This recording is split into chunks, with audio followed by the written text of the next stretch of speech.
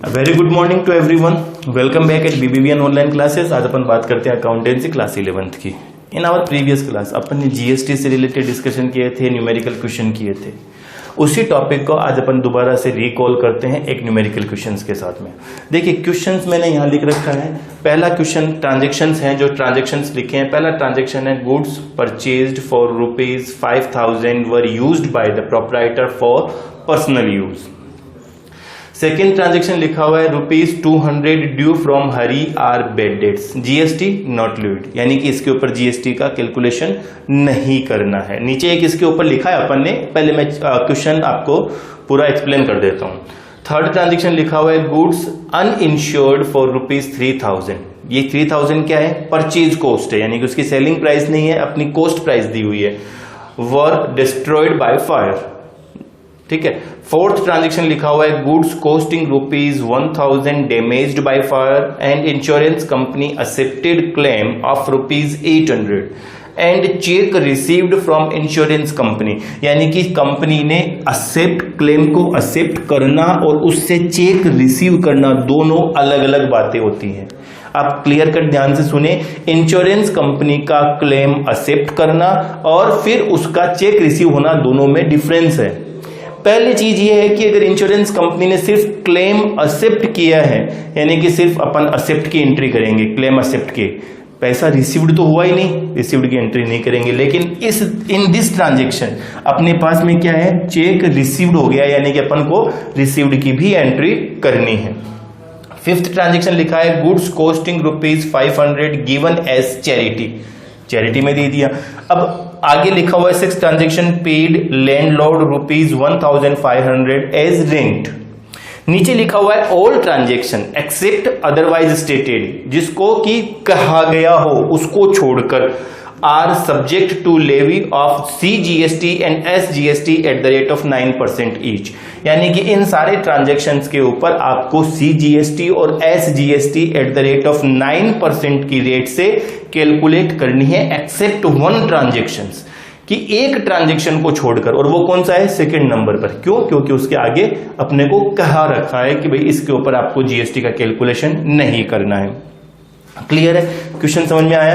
अब अपन आगे इसके ट्रांजेक्शन्स की जर्नल एंट्रीज करने की बात करते हैं। देखिए ये गुड्स जो परचेज किया था ₹5,000 का, उसको प्रोप्राइटर ने पर्सनल यूज के लिए विड्रॉ कर लिया, इट मींस ये ड्राइंग्स है।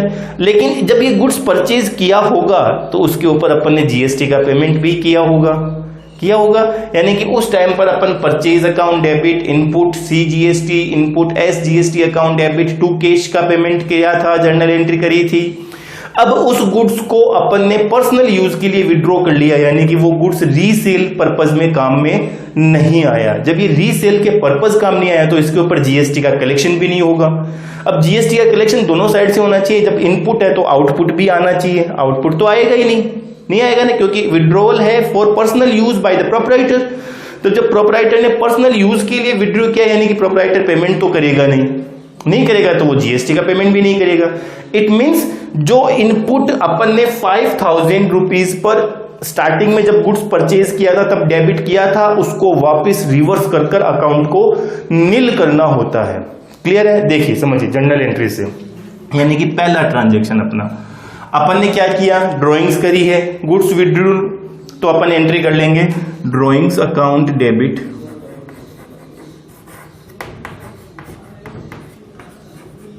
टू। अब गुड्स विड्रॉ करते हैं तो क्या लिखते हैं? परचेज अकाउंट लिखते हैं कि नहीं लिखते?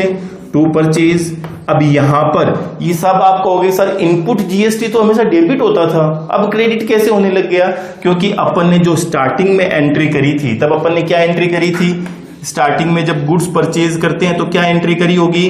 Purchase account debit, input CGST account debit, input SGST account debit to cash, हमने यही तो एंट्री करी होगी। यानी कि अब इस ड्राइंग्स के अंदर अपन परचेज को भी तो रिवर्स कर रहे हैं। जब परचेज को रिवर्स क्रेडिट कर रहे हैं तो इसके साथ में जो जीएसटी डेबिट हुई थी उसको भी रिवर्स क्रेडिट कर देते हैं, यानी कि input CGST account to input SGST account. ये चीज क्लियर हो गई। अब अमाउंट देखो, परचेज गुड्स कितने रुपए का किया है? 5000 रुपीज का, 5000 परचेज के अंदर। जीएसटी की रेट कितनी है? 9% ईच। 9% ईच का मतलब हो गया कि 5000 इंटू 9/100। इसको मैं यहां से इरेज कर देता हूं। तो 5000 इंटू 9/100 कितना हो गया? 450 और यही 450 इसका। तो ड्राइंग्स कितने रुपए का हो गया? 5900 रुपीज की ड्राइंग्स कर दिए साहब। अब क्लियर समझ में आया? ड्राइंग्स कितने रुपए की करी है? 5900 रुपए की। इसका नरेशन अपन लिख देंगे, being goods withdrew by the proprietor.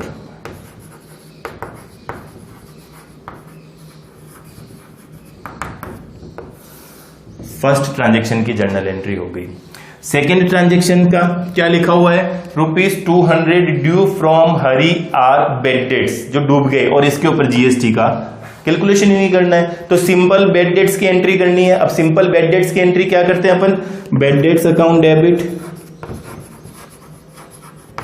Bed debts account debit to credit किसको करते हैं? डेटर्स के पर्सनल अकाउंट को। अब पैसा किससे डूबा? हरी से, तो to Hari's account. Amount 200। Narration being amount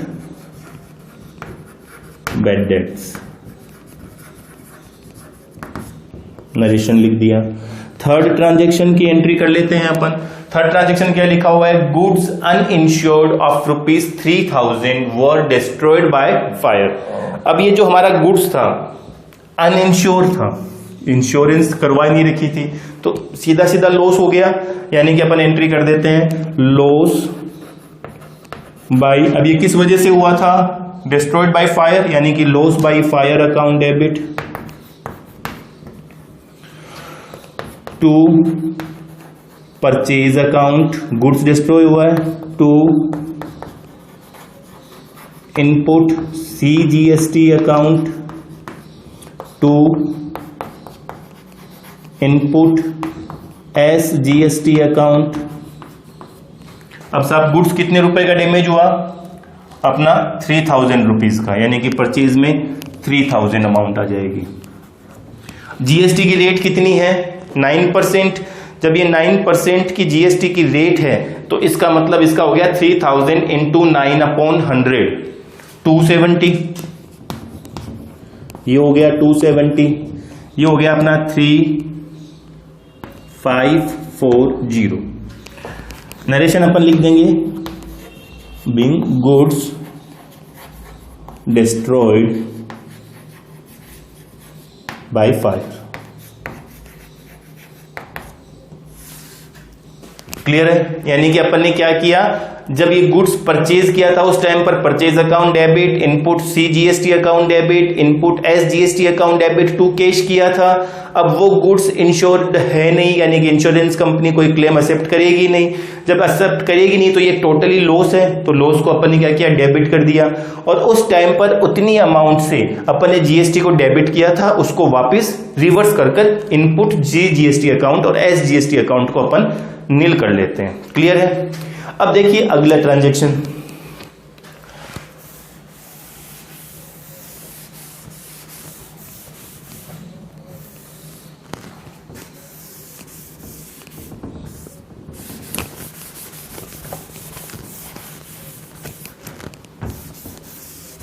अगला ट्रांजैक्शन अपना कह रहा है, transaction number 4, goods costing ₹1000 damaged by fire and insurance company accepted claim of ₹800 and check received from insurance company. Insurance company से चेक अपने को मिल गया। तो सबसे पहले अपन ने क्या एंट्री करी? फोर्थ ट्रांजैक्शन की सेम चीज, लॉस बाय फायर या loss by damaged account debit to purchase account to input CGST account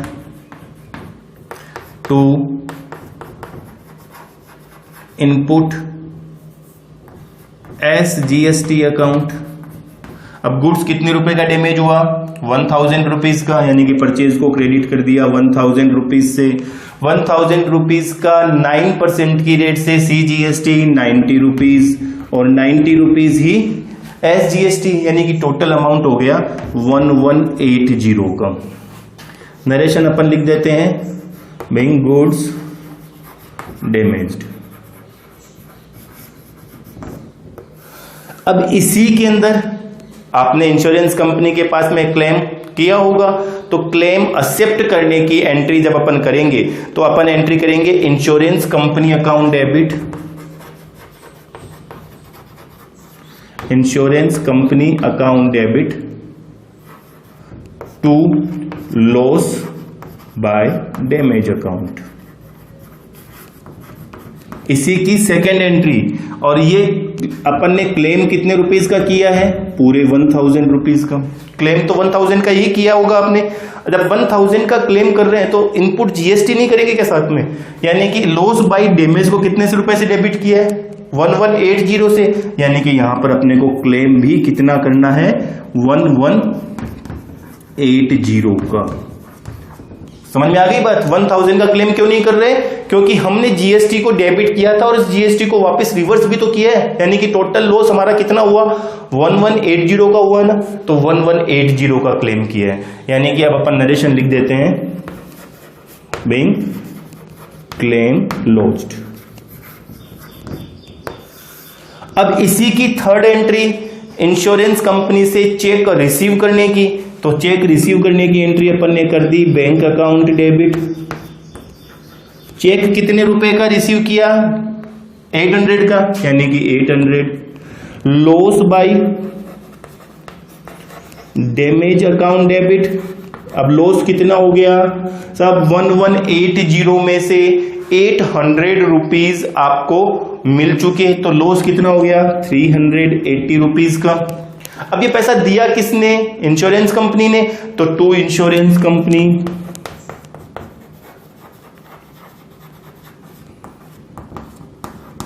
account 1180 being cheque received from insurance company. अब एक बार इस ट्रांजैक्शन को दोबारा से अपन एक्सप्लेन कर लेते हैं, दोबारा से समझ लेते हैं।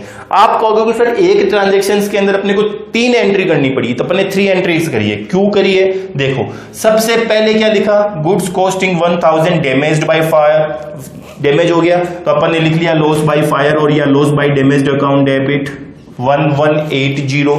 टू परचेज कॉस्टिंग कितनी थी गुड्स की? 1000 रुपीज की, परचेज को क्रेडिट कर दिया 1000 रुपीज से। इनपुट CGST और SGST है कितनी? 9% की रेट से है, कैलकुलेट कर दिया। यानी कि टोटल हमारा लॉस हुआ कितना? 1180 का। इस लॉस का अपन ने क्लेम एक्सेप्ट किया है, क्लेम किया है, लॉन्च किया है कि इंश्योरेंस कंपनी के पास में। इंश्योरेंस कंपनी के पास में अपन ने क्या कहा कि साहब ये हमारा गुड्स था, इंश्योर्ड था, हमने इंश्योरेंस करवा रखी थी और उसके अगेंस्ट में हम प्रीमियम का पेमेंट कर रहे थे इंश्योरेंस कंपनी के अंदर।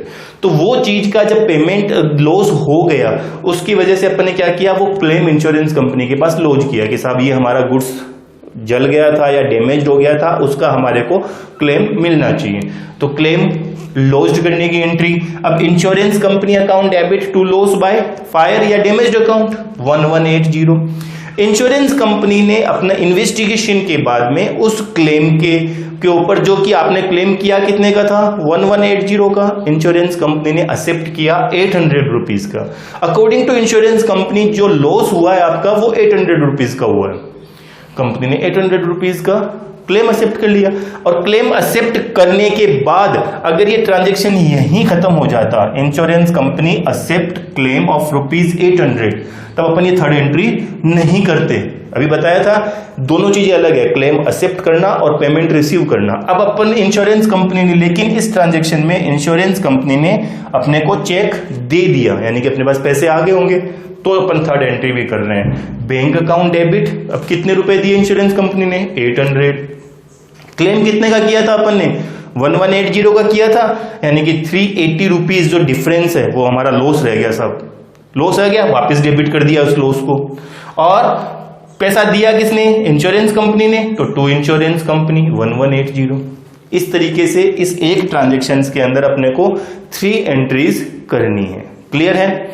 फिर आगे बात करते हैं अपने अगले ट्रांजेक्शन्स के।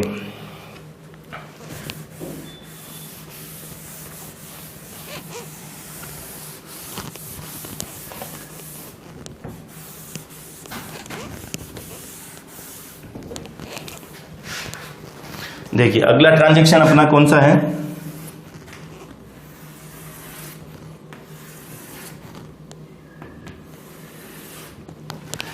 Fifth transaction, goods costing ₹500 given as charity. Goods charity में दिया कितने रुपए का? 500 का, यानी कि transaction number 5, charity account debit to purchase account to input CGST account to input SGST account. अब गुड्स कितने रुपए का चैरिटी किया है? 500 रुपीज का। 500 का किया है, यानी कि अब इस 500 रुपीज का 9% की रेट से GST निकालनी है, CGST और SGST। तो ये आ जाता है अपना 45 रुपीज CGST के और 45 ही इसके। तो गुड्स जो चैरिटी में दिया उसकी वैल्यू कितनी हो गई? 590 रुपीज। नरेशन अपन लिख देंगे, being goods given as charity. Narration लिख दिया। ट्रांजेक्शन नंबर 6 देखिए, paid landlord ₹1500 as rent. Rent के रूप में पेमेंट किया, यानी कि रेंट अकाउंट डेबिट। अब यहां पर तो कोई रिवर्स है ही नहीं, यानी कि रेंट रिसीव थोड़ी किया है वापस, या रेंट रिवर्स थोड़ी हुआ है, नहीं हुआ है। It means input CGST account debit, input SGST account debit to, क्या दिया लैंडलॉर्ड को? रेंट दिया। तो रेंट क्या होता है? पैसे ही तो दिए होंगे रेंट के अंदर, तो to cash account, to cash account. अब देखो रेंट दिया कितना? 1500 रुपीज का। अब 1500 रुपीज का 9% की रेट से अगर GST कैलकुलेट करते हैं तो कितना होता है? 135 हो गया कि नहीं हो गया? 1500 इंटू 9/100 कैलकुलेट करेंगे, कितना आएगा? 135 के हिसाब से हो गया। तो ये हमारी टोटल अमाउंट कितनी हो गई? 1770। नरेशन अपन लिख देंगे, being rent paid for the month of, अब जिस भी कंसर्निंग मंथ का था वो मंथ का नाम लिख देंगे। हो गई जर्नल एंट्री। यानी कि आज के इस न्यूमेरिकल क्वेश्चंस में अपन ने क्या किया कि जो GST हमने स्टार्टिंग में जब गुड्स परचेज करी होगी, जब हमने गुड्स खरीदा था उस टाइम पर डेबिट किया था। अब उस गुड्स का अगर हम सेल नहीं करते, लेकिन किसी और रीजन से, जैसे चाहे ड्रॉइंग्स हो, चाहे चैरिटी हो, चाहे डोनेशन हो, चाहे सेल्स रिटर्न हो, जहां पर भी कोई भी चीज है, परचेज रिटर्न अगर है, सेल्स रिटर्न अगर है, तो वहां पर वो GST जब डेबिट हुई थी या क्रेडिट हुई थी, तो उस ट्रांजेक्शन के अंदर उसको वापस अपने को क्या करना होता है? रिवर्स करना होता है, इस GST का इफेक्ट खत्म करने के लिए, इफेक्ट को हटाने के लिए। यानी कि GST का अकाउंट निल होना चाहिए, उसके लिए अपन क्या करते हैं? इसको वापस रिवर्स कर देते हैं। अब आपको इसी तरीके के क्वेश्चंस अपनी बुक्स के एग्जाम्पल्स वगैरह सोल्व करने हैं और आगे की अपनी ऑनलाइन क्लास के अंदर अपन दोबारा से इसी टॉपिक का एक और न्यूमेरिकल क्वेश्चंस लेकर आएंगे। ठीक है, थैंक यू।